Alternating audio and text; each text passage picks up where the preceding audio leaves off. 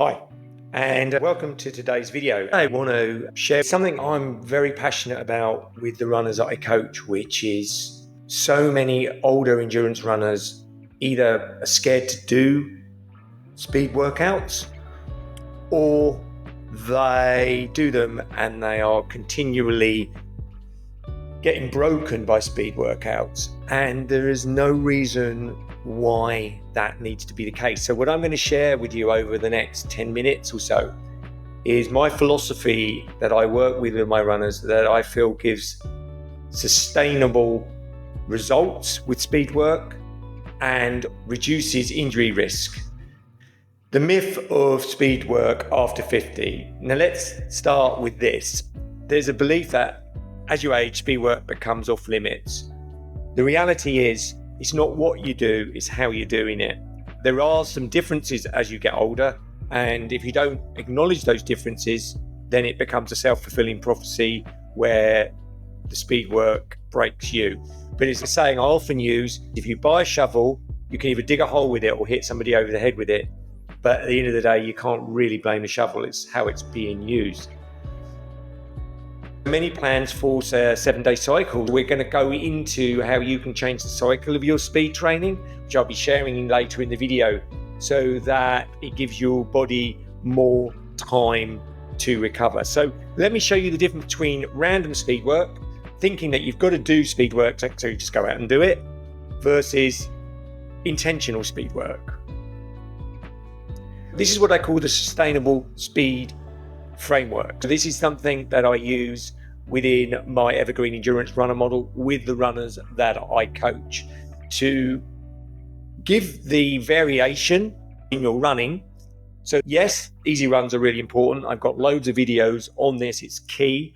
However, the truth is often in the middle. You'll get people on YouTube going, oh, it's got to all be tempo or high tempo, or it's got to be easy, or it's got to be speed, or whatever name it's got. And the truth is somewhere in the middle. If you look at 5 zones, you probably need to, at some point, go into those zones. It's how often and how much recovery you get, which defines if you get adaptations or you get injured. The sustainable speed framework, it's not just a track repeat. The way I look at it is anything above zone 2. You know, why I say this is like some people would go, oh, tempo's not speed workout. It's a zone 3. Anything above zone 3 is speed workouts. For me, it's some form of higher than doing zone 1 or 2. And that's the simplest way of looking at it. I use a 14-day cycle instead of a 7-day. Now, don't shout me down on this. I do vary it depending on my runners. But a 7-day week is a construct by us, like time is, linear time. So you can move that. Instead of looking at your speed workout over 7 days, look at it over 14 days. Maybe you would only have one higher intensity speed workout in that 14-day cycle. You could cut it down to a 10-day cycle. I do find for a lot of older runners, 14 days works really well. Does that mean there's no speed work in the first 7 days? No, but it might be of a lower intensity. I look at all things from tempo up as speed workout. So you might have some tempo or strides, but you might only have one zone 4 or 5 workout in that 14-day cycle. Now, the caveat with this is it's very much down to the individual, because it comes down to how much speed work you've done before. It's a bit like strength training. If you've done loads of strength training, then your body's going to be more used to it. If you've never done strength training, going straight into free weights is going to probably injure you. Or if you did strength training 5 years ago, you haven't done anything since, just picking up the free weights you were using 5 years ago is going to cause you problems. And this is really where a lot of people get it with speed work. You've got to meet yourself where you're at. So it's very much like I say here, run with purpose, not ego. Don't think I used to do this. What have you done in the recent times? Here's some examples, because I know a lot of people get frustrated with YouTube videos where we don't go for an example. So the next part of this video is examples. The caveat here is everything is about the individual. What I'll be sharing on this video is obviously general advice. So obviously you're going to have to make sure that this fits with you personally. Strides. zone 3 to 5, turnover, activation of the body. So example, it could be for lots of 20 seconds or 30-second strides. Strides are amazingly good for runners that haven't done any speed work for a while, or maybe older or cautious. Just some pickups. Very underutilized because it's not that sexy, but it's a great way to do beginning speed work. Hill strides. So we've heard of hill reps, and it's fast and hard hill reps, but you can do hill strides. So, a lower intensity zone 4, sometimes even zone 3, just the resistance of the hill, because it gives you more power, injury resilience. If you've got problems with hamstrings, it may be worth laying off that for a little while. But an example would be 6 to 8 times hill repeats. That sort of repeat level can be higher intensity, zone 4, zone 5, but can be lower initially. Don't run with ego. If you're going to go running in, never done any hill repeats before, you do 10 lots of maximum effort at zone 5, even with the resistance of the hill, you are increasing the risk of injury. Finish fast, or as I like to call them, finish fasters. Finish fast always makes runners go a bit mad, so I always say just a pick up at the end. Really good for mental strength.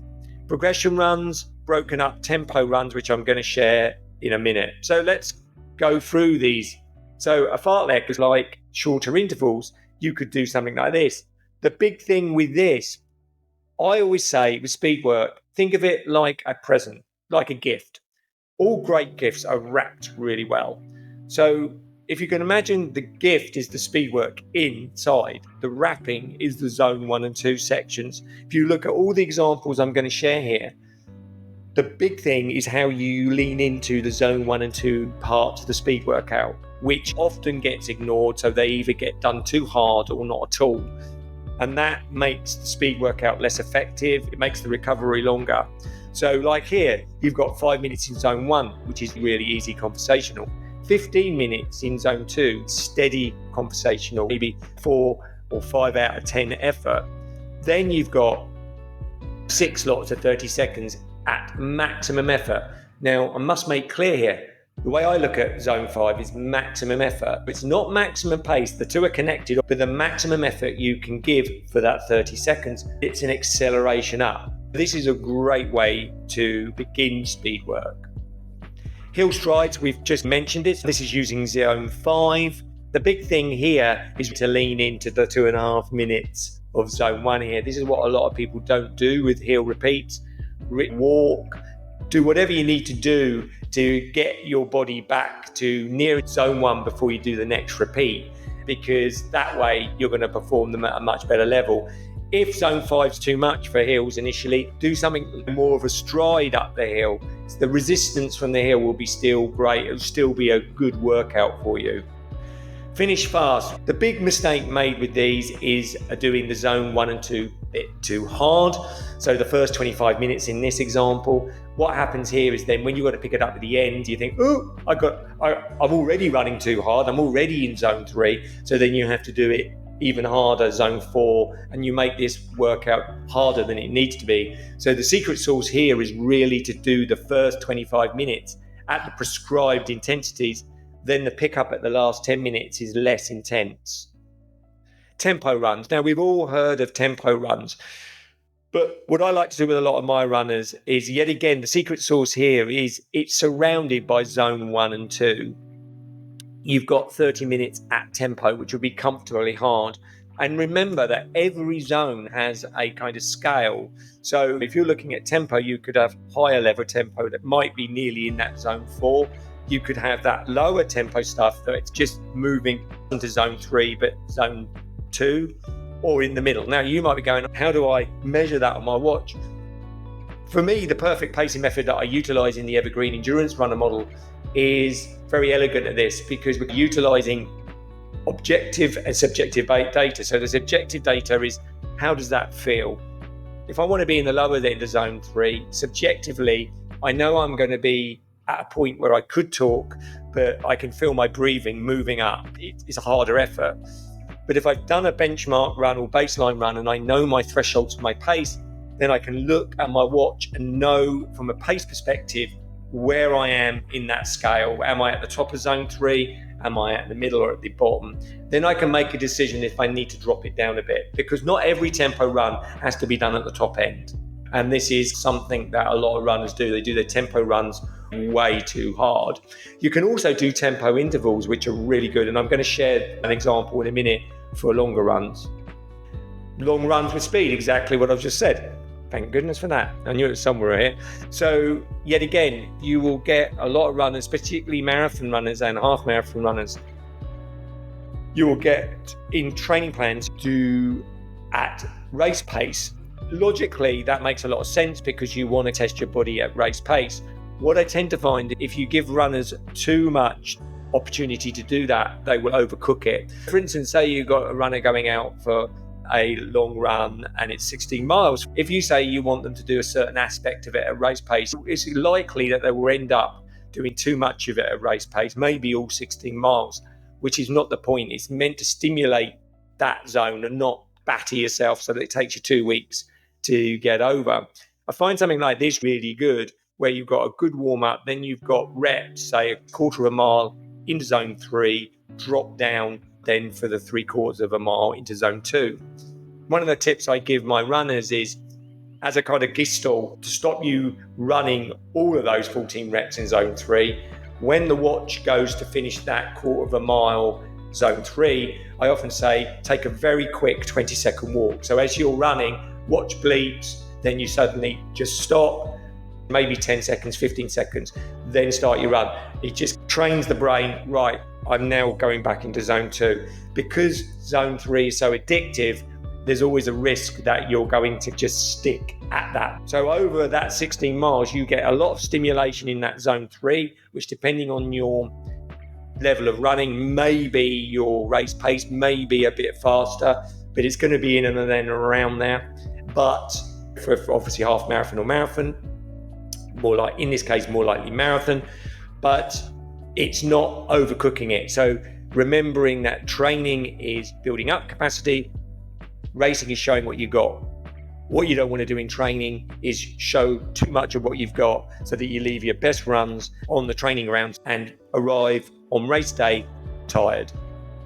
As I mentioned earlier, the 14-day cycle works better for older runners. The old model of track Tuesday, tempo Thursday, long run Sunday assumes in a lot of cases that we're 20. If you're using the 14 days, 10 days, it gives you more time to recover. For instance, you might have one harder workout, say a tempo in that week, but some weeks you might have 2. But then in the next week, you might have only one lighter speed session, but not something higher. I know I'm being a bit vague, but it does depend very much on the individual. I want you to just get the actual principle, which is that depending on the runner, you can look at a kind of 14-day cycle and go, this runner has only done so much speed workout. So for the first 3 or 4 weeks, it may only be one higher intensity run every 14 days. And also remember, you can always change the duration and time of intensity, make the run a certain length, and also how much intensity you have in that workout. So you've seen in some of the examples I've given that you might be going out 40 minutes, but if you look back over this video and the examples I've given, the actual intensity, the higher level of intensity might only be 5 minutes, 10 minutes. So it's a micro dose of high intensity. It's not like you're out for an hour 80% of the time at some mid or high intensity, which is going to take you a lot longer to recover from and significantly increases your injury risk. The other runs then, like the gift I mentioned earlier, are wrapped up in zone 1 and 2. It's not that zone 1 and 2 are better zones or more important zones, but if you get zone 1 and 2 correct in the intensity stakes, then it trickles up to all the other zones, because then those other zones 3, 4 and 5 become ultimately more effective. Some a little bonus here is utilizing heart rate variability to really hone in on the sustainability of the speed work, so that of my running in general, if I find that my heart rate variability is changing a lot from its baseline, then, or in my runners, then that's sometimes that we would look at that 14-day cycle and change it. We might have sort of high intensity stuff, but the fatigue levels are showing up in their heart rate variability stats, then we might change that. Heart rate variability, you don't want to treat it like a religion, but it is another tool you can utilize. The common mistakes older runners make with speed: chasing pace instead of purpose. Why are you doing it? There's lots of reasons for speed workouts right across the gamut, from neuromuscular, VO2 max, tempo work. You've got to understand why you're doing it and not just do it. Some runners, when they talk about their running, it's almost like, if it doesn't really hurt and I'm not covered in sweat, it's not working. It's not always the case. Trying to fit in multiple hard sessions. And what I would also add to this is, when I say trying to fit in multiple hard sessions, also doing their easy runs too hard that then become hard sessions. So when you look at a lot of runners I talk to on my age group advantage calls, which, by the way, if you want a free audit of your training, it's in the description below, is that really all their running has become zone 3. Their easy runs are too hard, their speed workouts don't have the right dosage, and this all ends up meaning that at the end of the day, that most of their running is too hard. And believing that age equals decline, not adaptation. Age is a reality. It's what you do with that reality that will define the progress you make from where you are. I'm not lying to you. I'm 60. I would prefer to be 40. I'm sure I would adapt more quickly, but I am where I am, and I can progress from where I am now and maintain a good level of running from where I am now. But if it's not that I fight my age, but I do acknowledge it and adapt from that. And obviously, what I mentioned about HRV and recovery in general, remember that it's the gaps between the notes that make the notes and make the song. So recovery is often seen and given short shift. It's spoken about all the time, but many runners don't actually utilize recovery well. So final thoughts: speed is still possible at 50, 60 or 70. It just needs to be smart. Here is the evergreen endurance runner model. When I'm working with runners, we work through this, breaking the boom-bust cycles. So what are the patterns that you're running at the moment, or you're always getting injured, or your results are always plateauing, something that's always showing up that you've normalized, that you've said, this is just the way my life is. It's because I'm getting older. There's a good chance it's not. It's just a cycle. It started with a thought and now it's manifesting as you're running. That's one of the first things we look to check out and change. And like I've mentioned, a perfect pacing method. Now, how to run at the correct intensities so that you get the adaptations, so you get beyond plateaus, so that you start to make progress. And then what we've been talking about in this video, the sustainable speed work framework, so that you can utilize different paces in your training, reduce injury risk, and move forward. And then micro strength training that's broken up for older runners so that they get the benefits of strength training without overstressing their body, so that it becomes another stressor they're training effectively. Planning, training, and then executing. Part of the perfect pacing method is the perfect pacing method engine that we utilize in your actual race, how we pace your actual race, so that all this training is no use if you don't execute well on race day. Hopefully you found this video helpful. If you want more in-depth look at your present training, what you're doing, what you could do differently, and what the bottlenecks are, then I do a free audit. We look at what your training is at the moment. It's a call for about 30 minutes. Then I will send over an audit of things you need to change over the next 90 days to really make your training plan work for you. If you're interested, that will be in the description below. Have a great rest of the day, and if you've got any questions, drop them into the comments. Bye for now.